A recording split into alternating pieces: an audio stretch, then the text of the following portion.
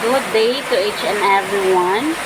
My name is Saima A. Dumran, and the subject that I am going to report today is child and adolescent development, and my assigned topic is about cognitive development in middle childhood. So, middle childhood, ang edad ani is katong mga nag-edad of from 6 to 11 or katong 7 to 12 years old. So, first, we have some terms nga dapat i-define. So, first is the cognition. Cognition refers to conscious intellectual activities. Then we have cognitive acts. So, cognitive acts include remembering, thinking, or reasoning about something. So, it is thanks to cognition and the frontiers of social cooperation that it brings that human beings have emerged as the most powerful animals on earth. So, first, the next is cognitive development. So, cognitive development refers to the intellectual growth that children experiences. It is one of the most important aspects of human beings' growth. So, born completely helpless as infants, humans rapidly learn to control their bodies and to communicate with one another. However, many of the more complex cognitive acts remain out of reach until middle childhood, which extends from about katong akong giingkuan niya 6 to 11 years or 7 to 12 years old. So, middle childhood cognitive development, in this period, the children are able to start using logic to solve the problems they face in life. So, for this reason, the age 7 sometimes referred to as the age of reason. So, according to a psychologist, which is Jean Piaget, I don't know how to correctly read his name. He was the first to chart the cognitive development of children in a systematic manner. So when we say systematic manner, kanang hanay siya nga kanang hanay or kanang sunod-sunod.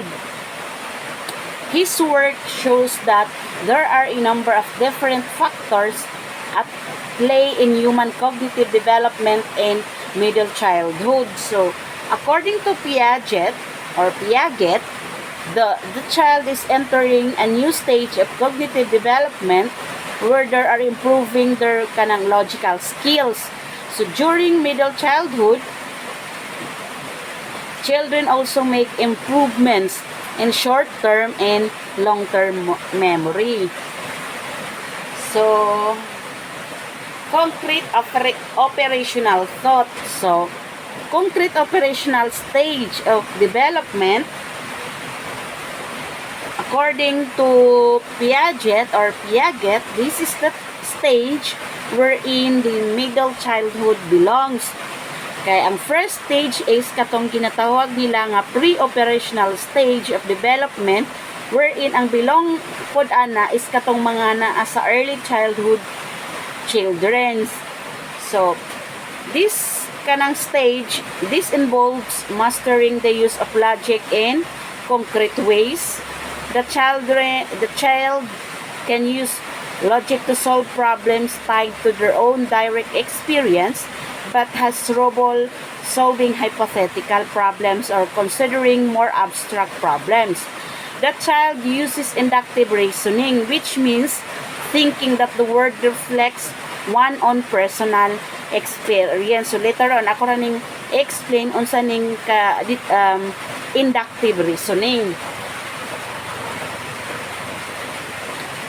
So we have, under the concrete operational thought, we have kanang daghan man gud ni siya nga skills. So I will just kaning upat ra man siguro ni. The first one new cognitive skills in middle childhood. The first one is the classification. So as children experiences and vocabularies grows, they build schema and are able to classify object in many ways.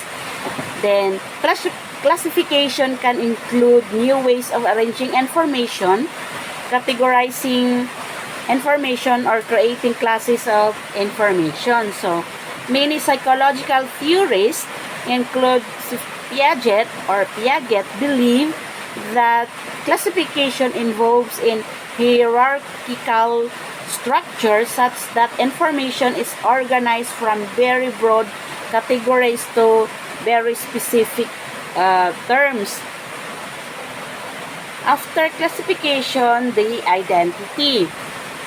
So one feature of concrete operational thought is the understanding that objects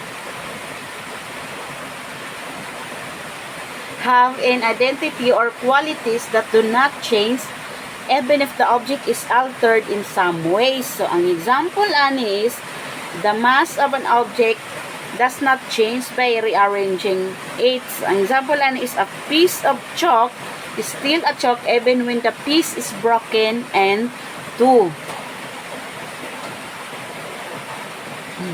After identity, the next one is the reversibility.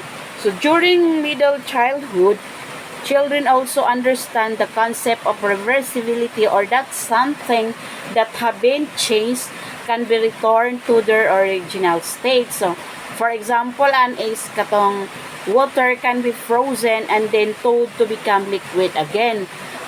So katong mga ice no, then himuon na pod siyang kuan para mahimong water. So mo na siyang example aning reversibility. So another one is kaning arithmetic operation are reversible as well. Example is 2 plus 3 is equals 5 and 5 minus 3 is equals to 2.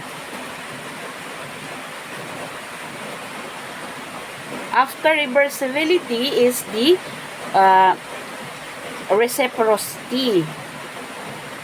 Reciprocity means that changing one quality can be compensated for by changes in another quality. An example is a tall beaker filled with 8 ounces of water and wide bowl filled with 8 ounces of water. So these two have the same amount of water in each container, although one is taller and narrower and the other one is shorter and wider. So humana na ta sa concrete operational thought. The next one is the information processing theory. So information processing theory is a classic theory of memory that compares the way in which the mind works to computer storing, processing, and retrieving information. So we have three levels of memory. The first one is the sensory memory. So sensory memory, information first enters our sensory memory. So sensation are continuously coming into our brains, and yet most of these sensations are never really perceived or stored in our minds. So they are lost after a few seconds because they were immediately filtered out as kanang irrelevant to siya. So if the information is not perceived or stored, it is discarded quickly. So pag mas kuan sa imong mind nga aka ni siya irrelevant ni siya nga kuan, so murag yan na din i-forget. The next to sensory is the working memory, or the another term ani is short-term memory.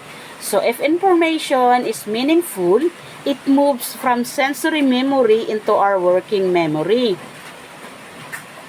So kaning working memory consists of information that we are immediately and consciously aware of.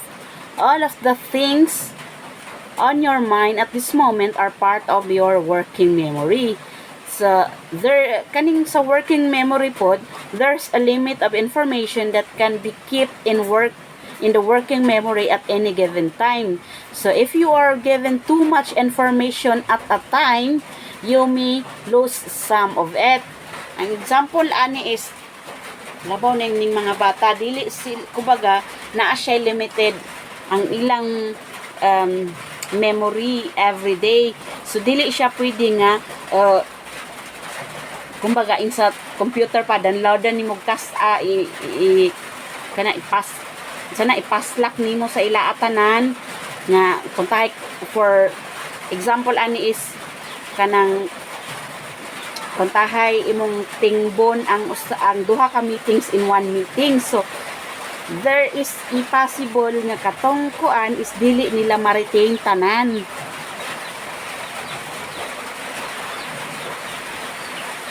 So next to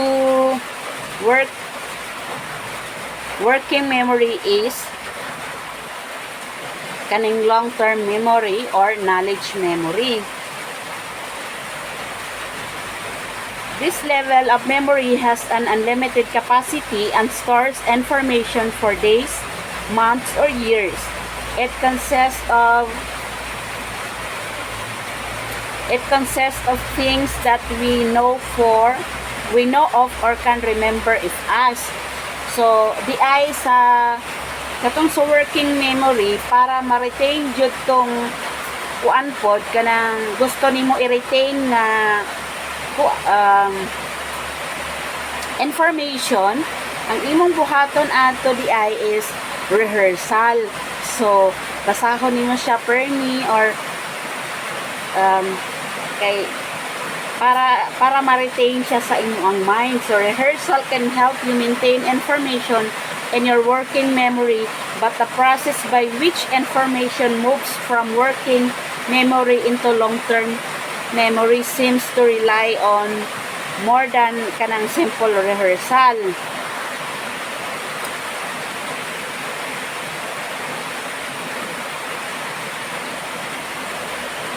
So long-term memory, this level of memory has an unlimited capacity and stores information for days, months, or years. It consists of things that we know of or can remember if asked. So during middle childhood, children are able to learn and remember due to an improvement in the ways they attend to and store information. As children enter school and learn more about the world, they develop more categories for concepts and learn more efficient strategies for storing and retrieving information. So since gaskwila na ang kaning mga middle childhood is gaskwila naman good ni siya, so kanang pinaagi sa ilang pagskwela makakaton pod sila og unsaon pag store, unsaon pag rehearse nga para ma-retain tong ilang some topics nga ma-retain sa ilang mind. So children in middle childhood also have a better understanding of how well they are performing on a task and the level of difficulty of a task.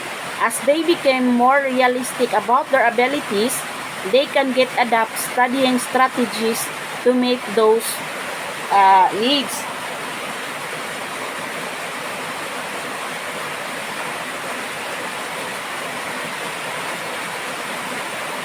So, after atong sunod sa information processing theory is the language development. So, we have the term vocabulary. One of the reasons that children can classify objects in so many ways is that they have acquired a vocabulary to do so. By the 5th grade, in this grade, kay mga 10 years old na, so which belong gihapon siya sa middle childhood, a child vocabulary has grown to 40,000 words.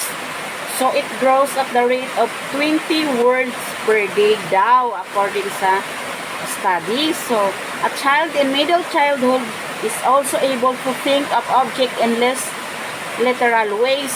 So, example, ani is a word. When they heard a word, kanang pizza. So, sa middle childhood would say it's a food or carbohydrates. So, mabutang nila in appropriate category. Kay, in sa young children, katong school, younger pa sa middle childhood, kung makadungog sila og word nga pizza, ang first mo come up sa ilang mind is eat, pagkaon. So, unlike sa middle childhood, murag nagka-matured na ang ilang panghuna-huna. We have the term grammar and flexibility also. So, middle childhood, children are also able to learn new rules of grammar with more flexibility. So, while preschoolers are likely to be reluctant to give up saying, I go there, school-age children will learn this rather quickly along with other rules of grammar. So, after sa language development, diri na po sa mga factors that affect in cognitive development in middle childhood. So, daghang factors na maka-affect sa cognitive development in middle childhood. So, I will just discuss some of it. So, the first one is attention. The act of attention is not so much about noticing one thing as it is about not noticing all the other things. So as kids move into middle childhood, they learn to inhibit things that are not important and to pay attention to things that are important. Mali ni siya. So, in young children, they have some trouble following rules and troubles of switching between one role and another. So, children in middle childhood can flexibly switch from one role to the next. So, this is a sign that they have more control over their attention than katong mga young children do.